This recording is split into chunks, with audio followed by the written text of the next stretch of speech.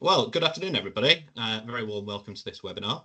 So this webinar is the first in a series where we'll be exploring how the UKRI engineering biology mission hubs are harnessing engineering biology to address real-world challenges. So my name is Tom Pearson. I'm a senior portfolio manager for engineering biology at BBSRC. And in a few moments, I'll be handing over to the Environmental Biotechnology Innovation Centre team to talk about the exciting work taking place across their mission hub. But just before I hand over to the team, I want to spend a couple of minutes setting the scene in terms of why we consider engineering biology to be so important at UKRI, and also what we're hoping to achieve through these specific mission hub investments. Small bit of housekeeping to start with. So as this is a webinar, you'll note that your microphone is muted and your camera is disabled. We've also disabled the chat function just to ensure that all your questions are captured in the correct place. On questions, you're very much encouraged to submit these to the hub team through the Q&A function, and then all of these will be collated and we'll pose them to the panel at the end of the webinar. And then finally, we are recording this webinar and we plan to make the recording available to the public sometime over the next few weeks. So engineering biology is one of our strategic priority areas of investment and support at UKRI. And the reason behind this is because we strongly believe that engineering biology has the potential to deliver huge benefits for the UK in terms of addressing major societal challenges, driving economic growth, and increasing national security, resilience, and preparedness. As an emerging technology, engineering biology has the potential to transform a broad range of diverse sectors, spanning from agriculture and food systems to manufacturing and clean growth, from environmental monitoring and remediation, and also in biomedicine and human health. And it's because of this broad range of applications that engineering biology is a technology that's really recognised globally to be of major importance, with some predicting that it could contribute up to $4 trillion to the global economy over the next 10 years or so. So, as part of our strategy to support the UK in realising engineering biology's potential, last year, UKRI invested over £100 million in 6 engineering biology mission hubs and 22 engineering biology mission awards. These investments were made through UKRI's National Engineering Biology Programme, with co-funding support from the wider Technology Missions Fund programme, which is a programme that has provided a substantial amount of investment in order to grow the UK's capabilities in critical technologies. The Mission Hubs and Mission Awards build on the UK's world-class engineering biology capabilities, which have been established through over £800 million of sustained UKRI investment in this area since 2007. They promise to drive engineering biology to that next level of technology maturity, unlocking engineering biology potential across a broad range of application areas, and ultimately delivering tangible impacts that make a real difference to how this technology benefits UK society. So without further ado, I'm very pleased to introduce one of the Mission Hub project leads, so Professor Fred Coulon from Cranfield University, who, along with some of his colleagues, is going to explain how the Environmental Biotechnology Innovation Centre is harnessing engineering biology to address major environmental challenges. So thank you very much. And with that, I shall hand over to Fred and the team. Thank you. Thank you very much, Tom, for the introduction and the invitation. We're very pleased to be the first engineering biology hub to showcase what we're after. So I'm also come along with my colleagues here. So we got my colleague for Nicola Heaven is leading our outreach activities. One of our ECR, Yasmin, Meeda, leading some nice engineering work on pesticide, and we'll briefly give you an overview. We got also our hub manager, Dr. Kristell Le Corre Pidou, making quite a very nice management of the 10 universities together. And we got also Prashant from Bangor, is also our ECR representative and leading research activities around enzyme and degradation of hydrocarbon and also PFAS. So I'm the lead director for the hub. We're based at Cranfield University, and we're just going to give you an overview of a range of activities and what we're hoping to achieve. Next slide, please. So as Tom has already, so you had the overview briefly for UKRI. So I'm going to cover what is the EBIC, the Environmental Biotechnology Innovation Center, about it. And then we will give the floor to two of our early career researchers to give insight about some key activities. And then Nicola will give you overviews on updates and how to engage with us. And also Kristell further about participation and collaboration. And then we'll have the last 10 minutes for Q&A shared by Tom. Next slide. Yeah, we can move as well. So really, the hub has been a legacy, and it's nice to see from a NIB network, which is the Environmental Biotechnology Network, and with a focus on biotechnology, and the hub was a natural progress on taking advantage of the engineering biology and integration within biotechnology, and really to move more cutting-edge biotechnology approach. So we got key focus around range of prevention of pollution, but also treatment at source, looking at opportunities around biosensing the environment as well for contaminations, and looking at a new approach for lowering our carbon for remediation opportunities. Next slide, please. One of the key challenges in our field is engineering biology, and engineering bacteria is not new. We have quite a lot of track record on these fields. Several groups have been looking at microbial interaction, modeling degradation, or pollutant degradations. So there's been work where we focus on single species engineered for degradations and demonstrate works well in a lab, and that could be scaled up in reactors. We got also a lot of work has been done on modeling microbial interaction and how we can gear and engineer this interaction for complex degradation.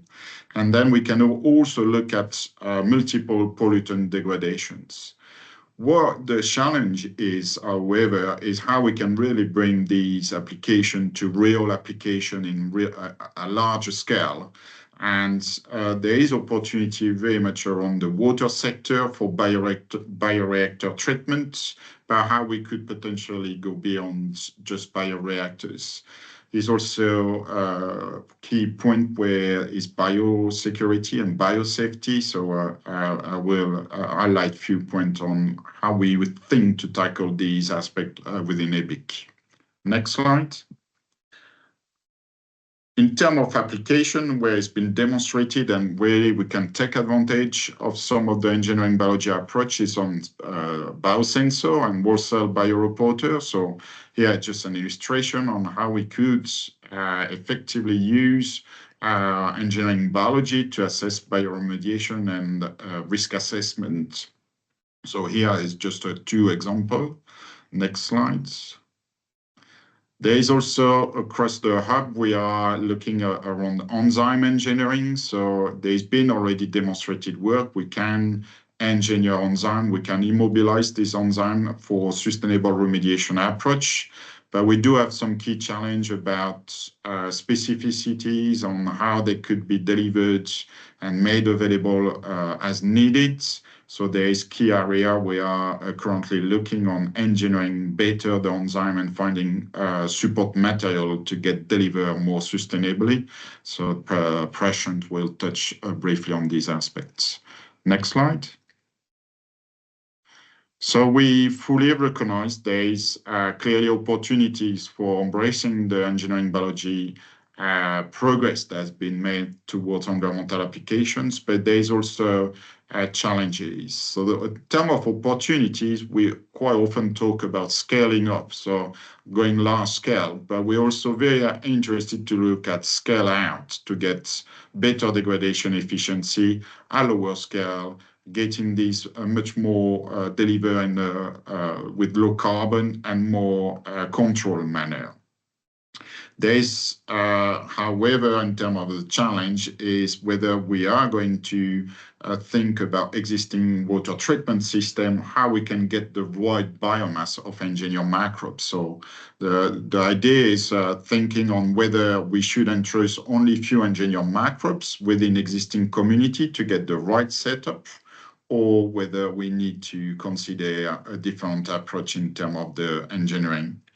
One thing is also very important, discussing with stakeholders, but also considering regulatory aspects, and probably also the public perception is how we can increase or provide a guarantee. We understand where engineered microbes will end up at the end of the treatment. So we are looking at traceability process, and we are looking also at finding biocontainment processes along this traceability embedded. Next slide. So the hub is really bringing 10 universities across UK and focusing on really tangible theme-oriented area. So the first theme focus is all about the biosensing and environmental monitoring. So the idea is to look really on water quality monitoring or soil quality monitoring. The second theme is more around the remediation and degradation of pollutants, and either by biosequestration or biodegradation. The theme 3 is dedicated around the water and wastewater sector, around either recovery of elements or removal of nutrients, but also the waste management sector. So very opportunities to get resource recovery with metals, so rare earth elements or added value chemicals. And these 3, if you want more technical theme, are also very much underpinned by the theme 4 with responsible research and innovations, where we are leading and encouraging with the sector, reflecting also on the drive and needs for policy or more regulation, and what sort of standard we would like to see to enable us to bring the engineering biology for environmental applications. Next slide. The hub gets underpinned by, if you want, 4 key pillars. So we're trying to effectively use this pillar, so the DNA engineering tool, a universal tool. Then we got biomolecular engineering, consortium engineering, and the data science AI aspects. These 4 pillars underpin effectively the activities for the 4 key themes of the hub.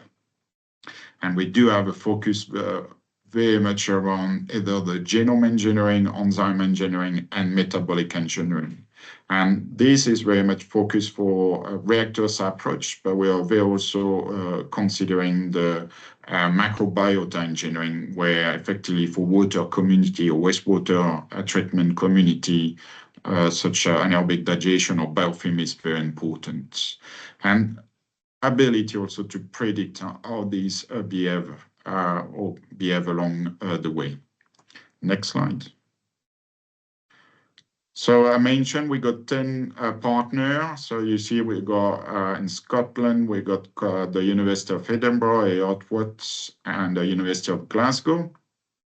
Then we got Newcastle Universities, along with Cranfield, University of East Anglia, Essex University, Brunel University, Southampton, and then in West Bangor. It's worth mentioning that effectively Southampton, Cranfield, Newcastle, Watts, we were all linked originally with the EBIC, so the Environmental Biotechnology Network, which was a former NIB network from BBSRC, and really bring further as a catalyst to get a wider remit with the engineering biology.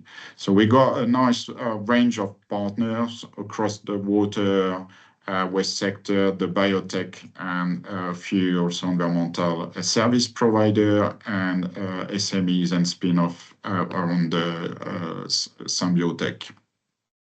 Next slide. So what do we engineer? So within the TEM 1, which is very much focused on sensing the environment, we are having a key target around engineering enzyme and then embedding these on microfluidic device. We're also using reporter strain, and we're also producing in-house enzyme for specific monitoring of pollutants. On TEM 2, a lot of focus on biofilm engineering for water treatments, and microplastics is also on pathway, and also very much focusing on markerless trends. So while engineered microbes are effectively markerless, this is a key also for biosafety aspect.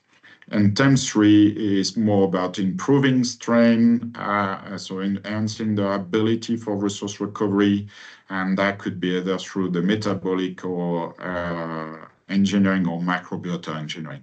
Next slide. So here, just a few illustrations. We got a key central partner, University of East Anglia.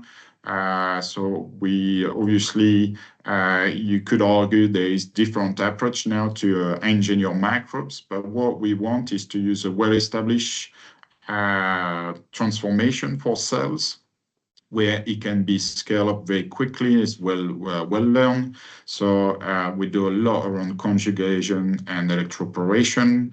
And the idea is the first we use as a first selection antibiotics, but then for the second selection is where we are with or without the markerless transformation. So either with the knowing out or knowing in the selection we need. Next slide. We do have already, as part here, we are developing a range of microbes, so species we do have in-house where they've been effectively fully sequenced. And we got key interest, for example, on biosurfactant production, metals recovery, and degradation for plastics and hydrocarbon. And this is going to be expanded towards PFAS. Next slide. So here, just an example with our colleague at Brunel University, where they are a key focus on the engineering biofilm and looking at degradation of plastics. So the idea is using a cyclic AMP and different transposon, where we can target and activate the biofilm towards degradation according to different parameters. So for example, if we look at the next slides, no, it's not here. So the idea of this biofilm is we could initiate the biofilm on different, or trigger the biofilm activity, trigger on different parameter like pH, temperature, light, etc., or nutrient. Next slide. So one key aspect with our partner Newcastle University and GitLab Biotech is really we're pushing further on developing standard and developing a traceability process, so where you can effectively document, reproduce, and trace down where your engineered microbes have been used, where they're coming from, where they end up in your system. So this is something led by GitLab Biotech with their cell repo and with the support of Newcastle and University. And we are going to integrate this technology across all engineered microbe we develop through EBIC. Next slide. Few examples on the TEM 1 around the biosensor activities. Key area is antimicrobial resistance, is also virus and pathogens and bacteriophage. So few technology around using microfluidic device and also increasing specificity by using CRISPR-Cas technology. Next slide. On TEM 2, we have a large key process with the colleague at Edinburgh University, Heriot-Watt University, sorry, along with the University of East Anglia and the University of Essex and Bangor, where they effectively are looking at producing biosurfactants at scale. So they are looking at maximizing the production of these biosurfactants. And that is a drive because effectively in the sector, the 1,4-dioxane is typically produced when you produce surfactant. With the biosurfactant, we avoid that. Next slide. So just here, for example, we have also with our partner, University of Essex, got access to the National Oil Spill Response Research Facilities in North America. So this is where we could really see the potential of real scale application. And that is where, for example, one of a particular challenge we need to address. If you look for a typical dose you apply on surfactant is very often between 15 to 25%. So if you put that for 250 ml, you need 250 ml if we think about 5 liters of oil. So you can immediately see using engineering biology to produce biosurfactant, we will have to reach a very good yield process. So that's one thing we are focusing on. Next slide.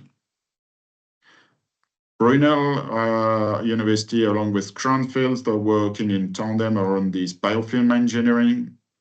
And we're currently focusing on plastic degradation, so with the cyclic AMPs, and that is very much led with the technology developed at Brunel, and the idea is to scale it up at Cranfield University for more larger scale applications. Next slide. Here we are. So that the idea is we are now looking at how we can switch off and on biofilm and how they would respond to light, to nutrient, temperature, pH, cell density, and pollutants. So we are using plastic as a test-based method and validation, but the idea would be to see whether we can tune and engineer biofilm according to different conditions and reflect more the complexity of wastewater treatment. Next slide. Colleague at Bangor University and Pearson will give some insights, but they are very much focusing on enzyme engineering. So either we use like an E. coli, and then we're trying to secrete and get on the surface all these enzymes collected, expressed, and then we could use that potentially for contaminated water. Or the idea is to do within bioreactors and then extracting the enzyme and get them embedded, immobilized on like activated cellulose slabs. So they could have like a more biofiltration treatment system. Next slide. But the idea is we would like to, and I won't cover too much on this because Prabhakar will be talking, but effectively looking, we have a long legacy of hydrocarbon degraders. So we got Y type, looking at enzyme for degradations. So from hydrocarbon could be applied for plastics also, producing these enzymes at scale and then thinking about applying these enzyme technology at scale. So they are looking at also what sort of byproduct you might generate. And we are particularly interested to look also around dechlorination and defluorination for PFAS remediation. Next slide. Another key activity, especially for the TEM 3, is on the resource recovery, so metal recovery. In this case, a partnership between Cranfield University and the University of Edinburgh, where we effectively work with along British Steel. We are looking at some residue of the industries and opportunities to selectively recover rare earth elements. Edinburgh has been really leading on these aspects, and you may have seen a few already publications or adverts around the metal nanoparticle being recovered and produced by the University of Edinburgh. Next slide.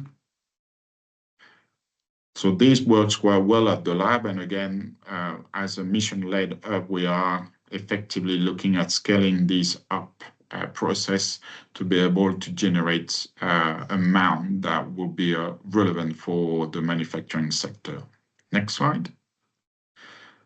Another now theme that is going to advance. We got a range of approach, but effectively a lot of questions have been when we talk with people, also within the water sector, is what the fate of these engineered microorganisms. So we will have a combination of pilot testing in reactors, but also with mathematical modeling and AI. So this is going to be looking on how these engineered microbe colonize biofilm, how they multiply, how they get mobilized, and what their fates. Next slide.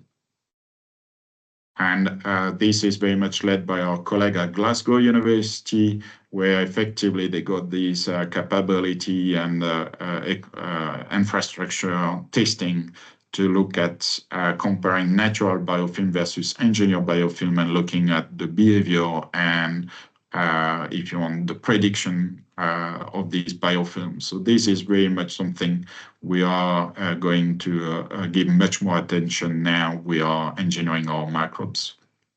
Next slide. So another, in terms of resource recovery, we are looking also at different waste stream. Currently, we're focusing on added value chemical. So here is Cranfield and Southampton University looking at the opportunity to increase yield and getting these added values, so the 2.3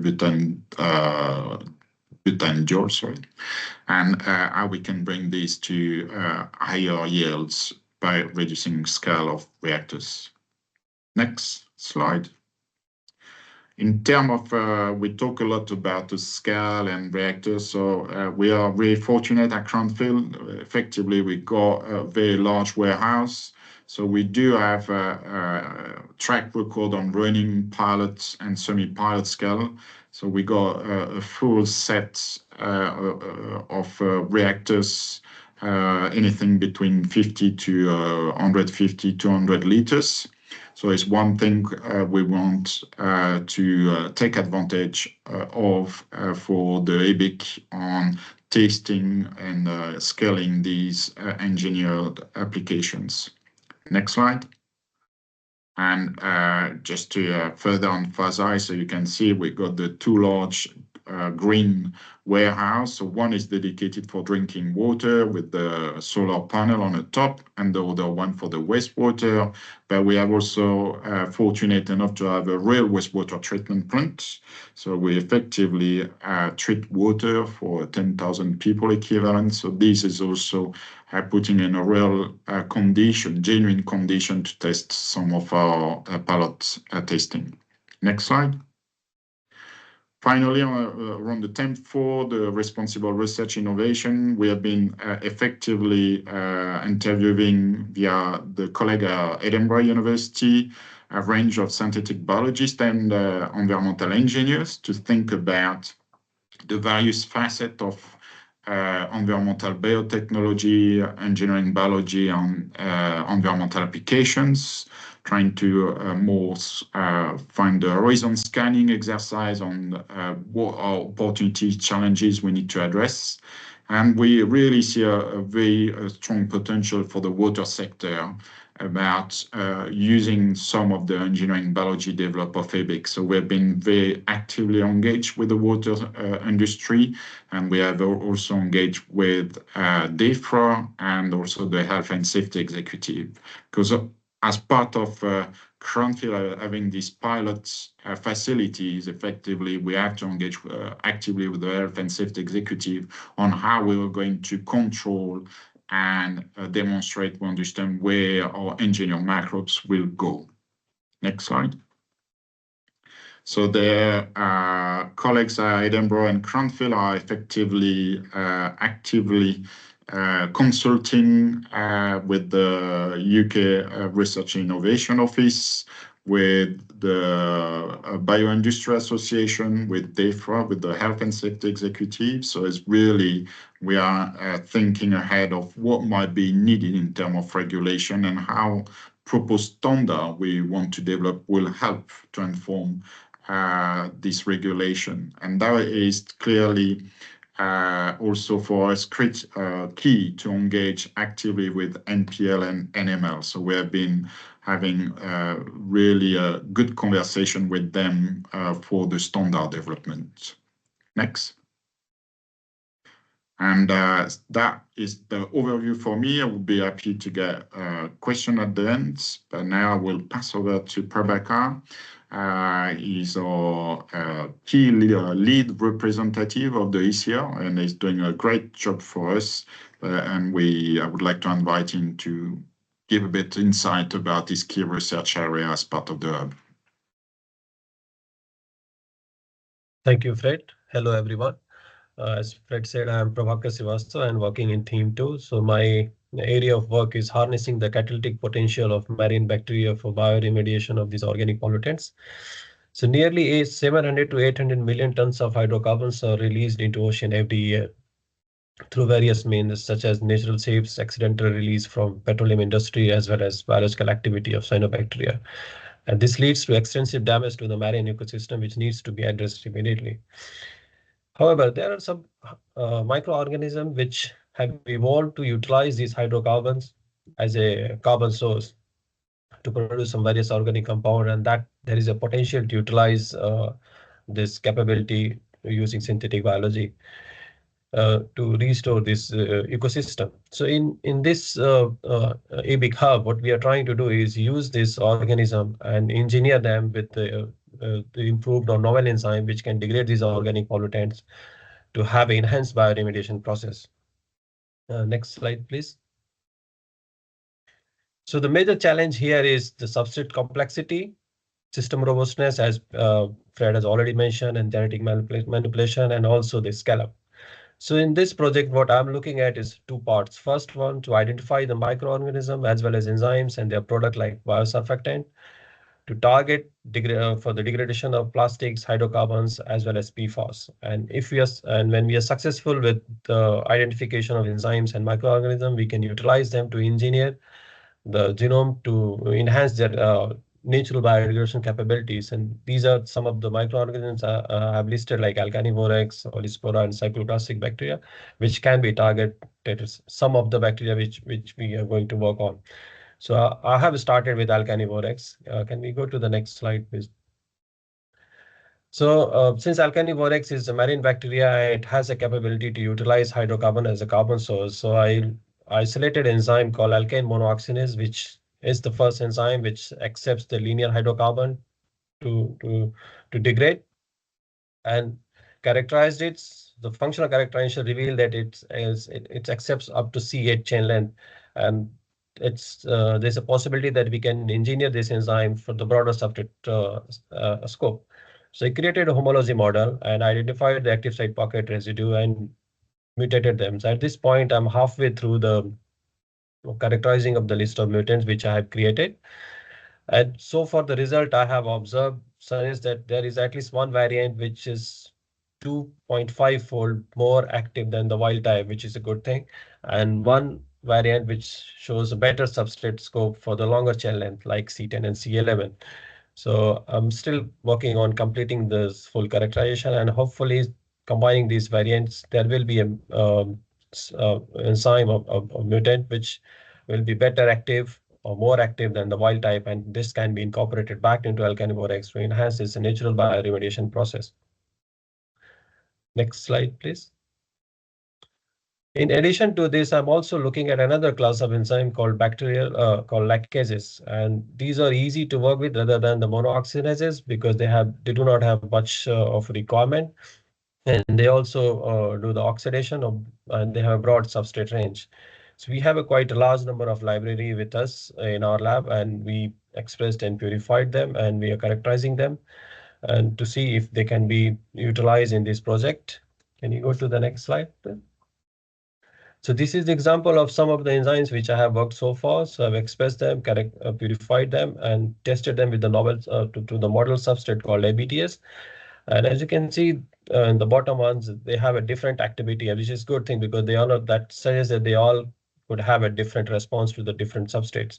So at this point, we are screening these purified enzymes against a wide range of substrate to check their activity. And at this point, I have some initial lead with some of the ligases showing promising activity against the cyclic hydrocarbons.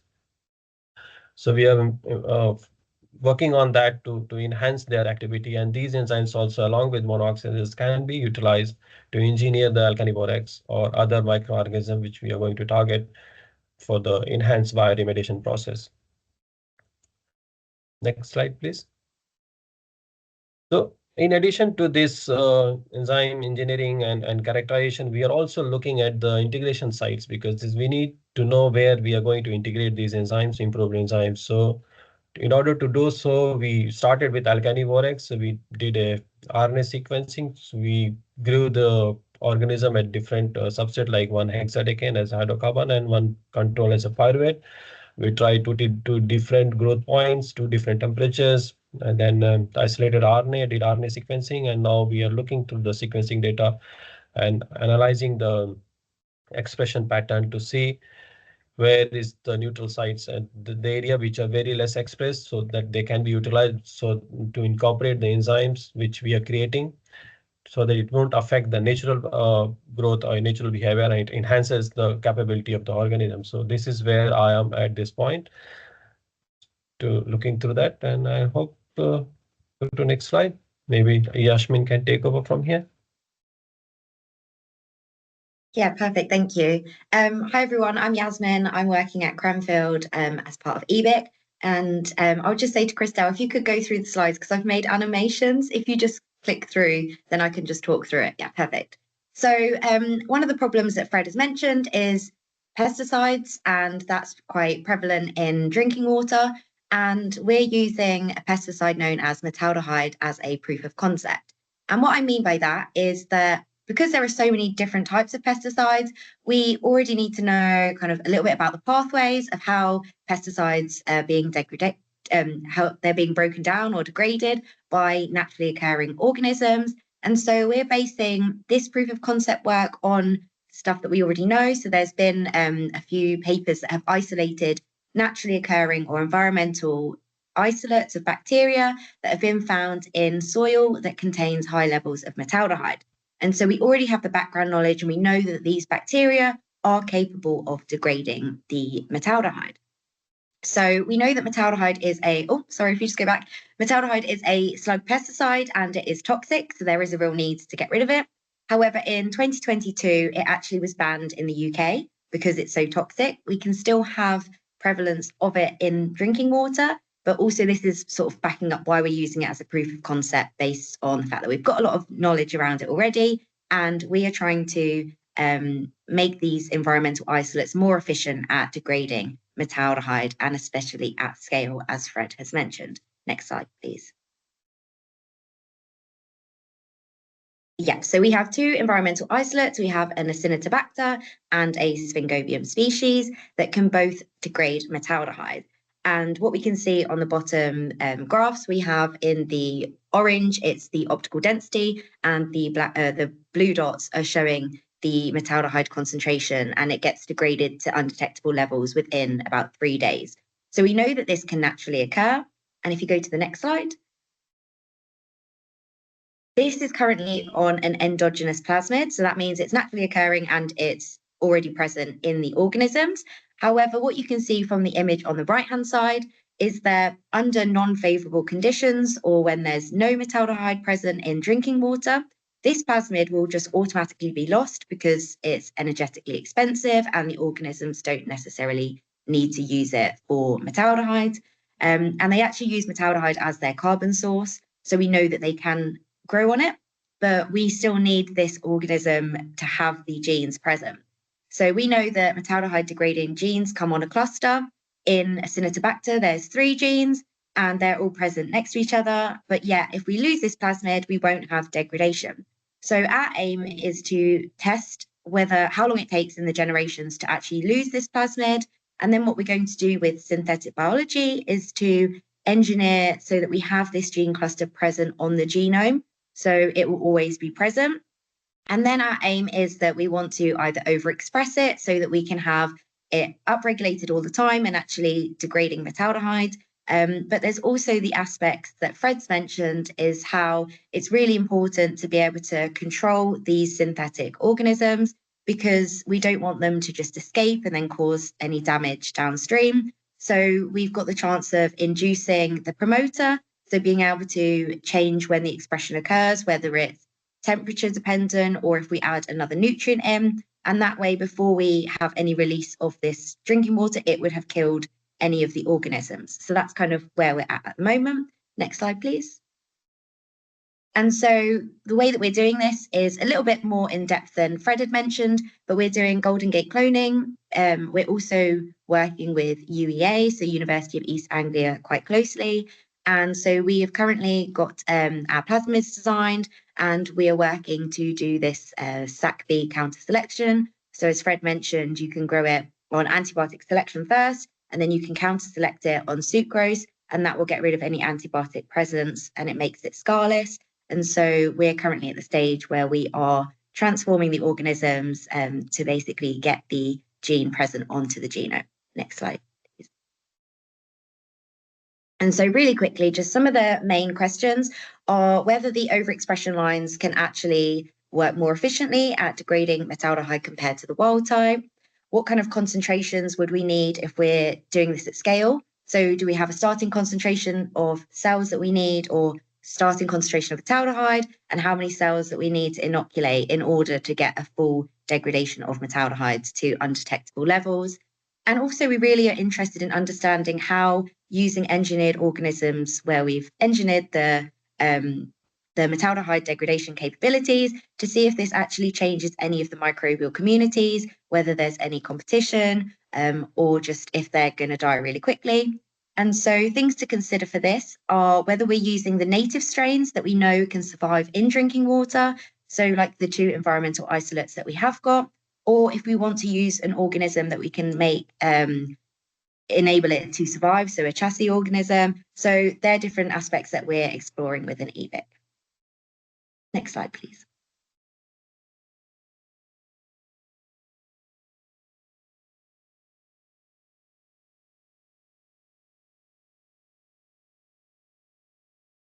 So Nicola, if you want to go ahead.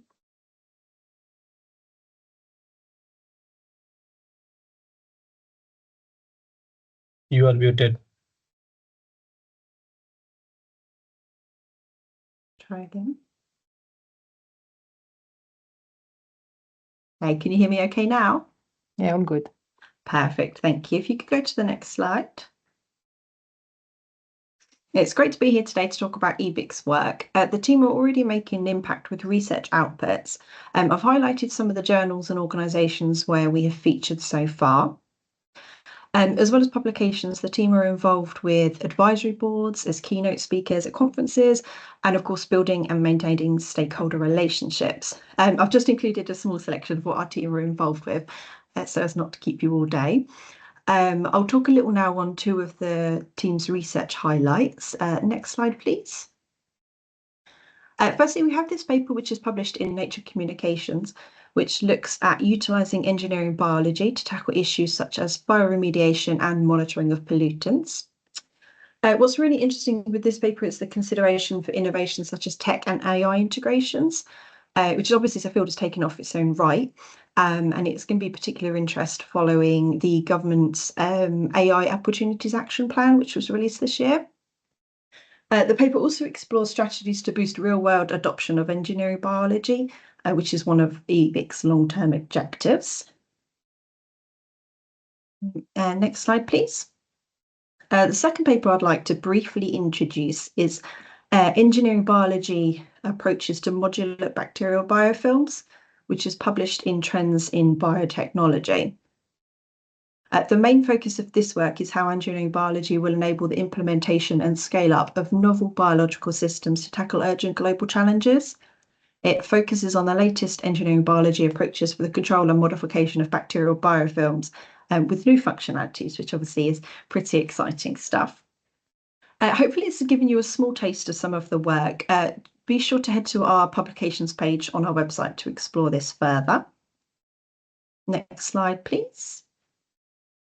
So we have two very exciting events coming up. Firstly, the 6th of June is our workshop, Environmental Biotechnology for the Management of PFAS and Beyond, which is jointly run by EBIC and EBNet, which is the Environmental Biotechnology Network. We have two fantastic keynote speakers from Princeton University joining us, and we are encouraging early career researchers to submit flash presentations with prizes awarded also. The workshop is free to attend, and there's actually even some financial support available for ECRs for travel and the like.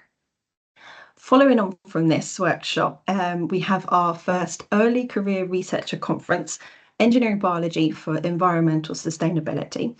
That's the 8th to 9th of July in Edinburgh.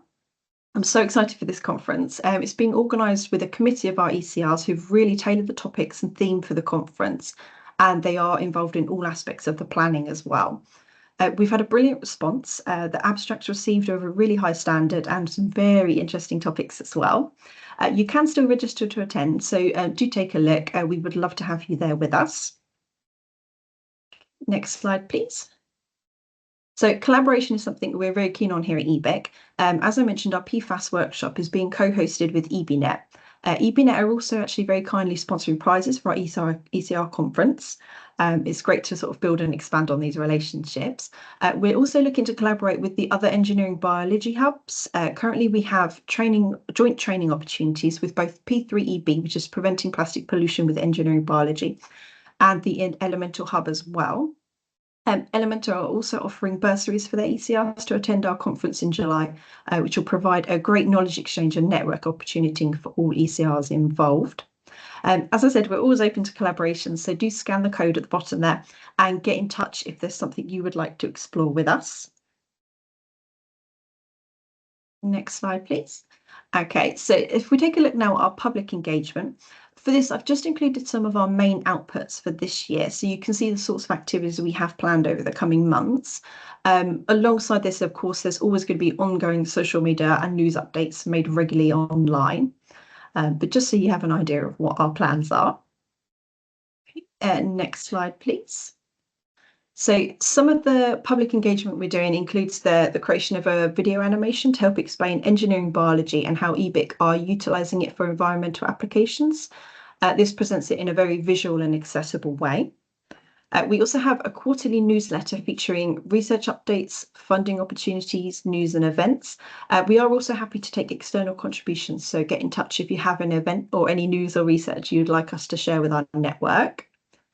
We have a podcast, which is due for launch next month on World Environment Day, which is the 5th of June. For this, we'll be discussing our work on plastic-eating bacteria, so that's definitely one you don't want to miss. We're actually also in the process of commissioning a comic book, which will focus on our work, particularly all the good things bacteria can do and the use of engineering biology to enhance their natural capabilities. One of the next things we have planned as well is a webinar series, which will be launching in the autumn.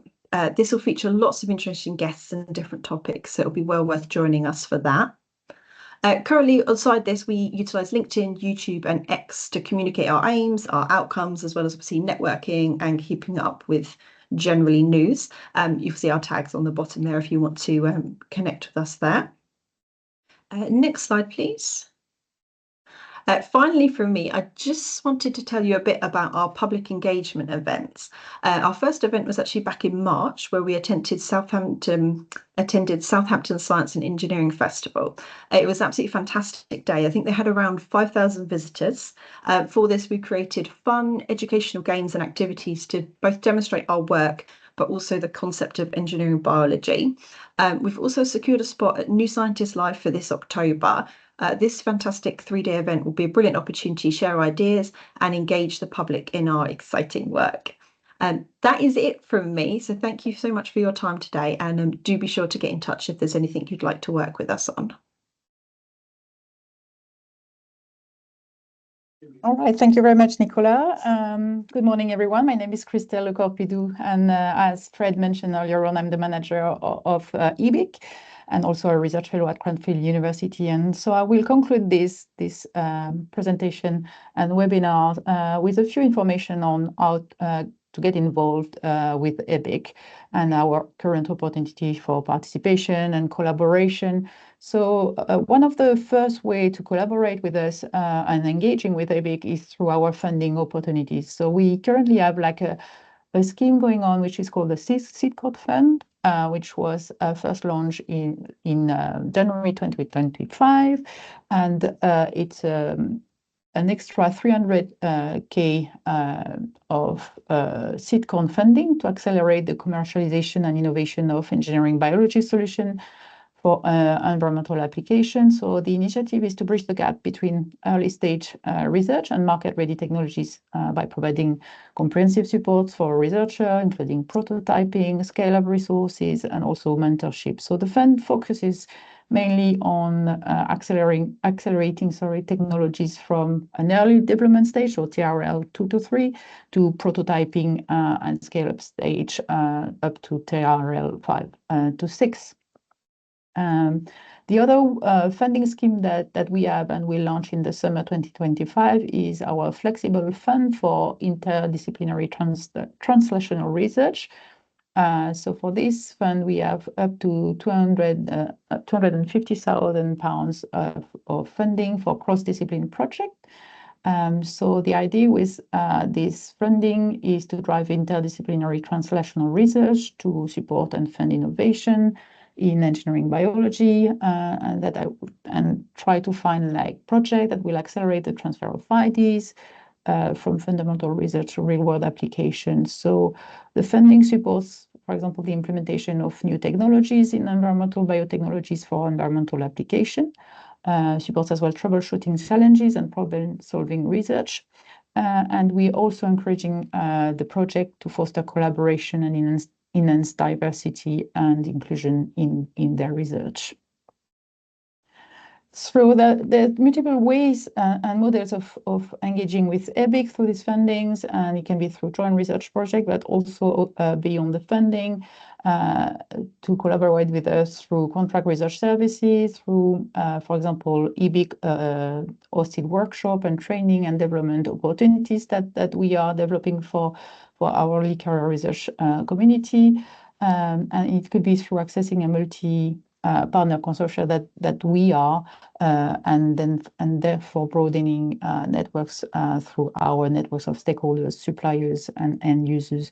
So this means that basically collaborating with EBIC through the above mentioned ways, you can benefit from reduced go-to-market time through rapid prototyping and iterative design cycles. You can benefit from expertise on demand as well, as EBIC is a cross-functional team that covers multiple areas from biology, engineering, up to data, artificial intelligence, etc.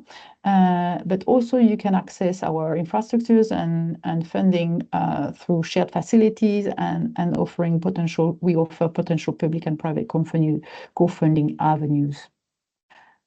So to conclude on that and engaging with us, I think one of the first steps, maybe you need to follow it through membership as well to EBIC. So we offer a membership, which is free of charge, of course. And so therefore, if you have an interest in environmental biotechnology, you can join our network online on our website that is provided here. And connect with us, but also with like-minded innovators, professionals, and researchers. So one of the aspects that we cover with membership as well is as soon as you register as a member of EBIC, you get access to our newsletters, but you can also subscribe separately to the newsletter. So the newsletter is a good way as well of getting up to date with EBIC activities. So we do highlight research activities in our newsletter, not only from EBIC, but beyond as well, more like engineering biology news.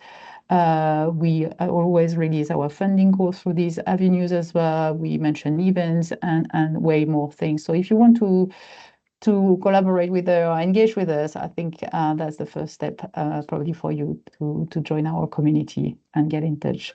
So I think we're getting close to the end time of the webinar, so I want to leave a few minutes for Q&A. So just a quick conclusion slides. You can find here on that slide all our contact details.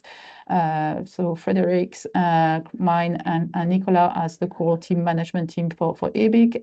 You can consult our website at ebcenter.co.uk, and also as Nicola mentioned earlier on, you can engage with us through our social media on LinkedIn and X. So that's it for my side. I think over to you, Tom, for the Q&A session probably, and I'll stop sharing my screen now. Thank you very much.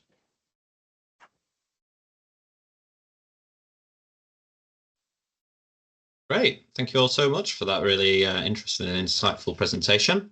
So we do have a few minutes for questions, and we've had a couple come in already.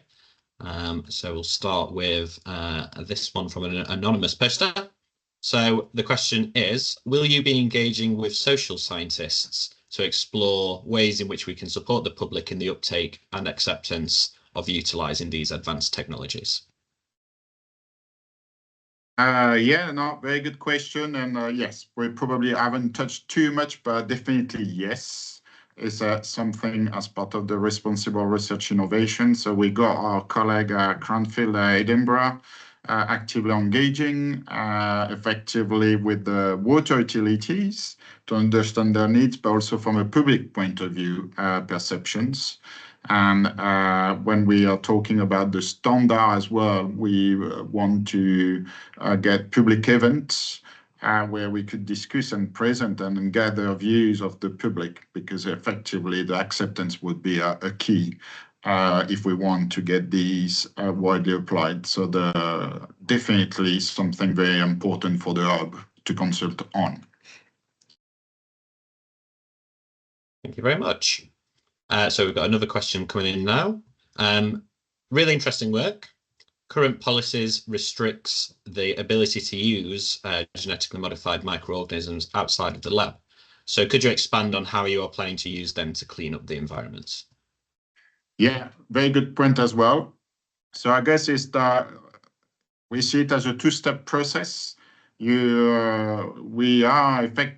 could use engineering biology to more provide biomanufacture products. So what we mean by that, you could produce enzyme, for example, or we can engineer the enzyme to allow us to produce or to treat something. So one key aspect we see as a possibility of having the engineering biology moving to a scale-up process is using the manufacturing of bioproduct, enabling us to do environmental application.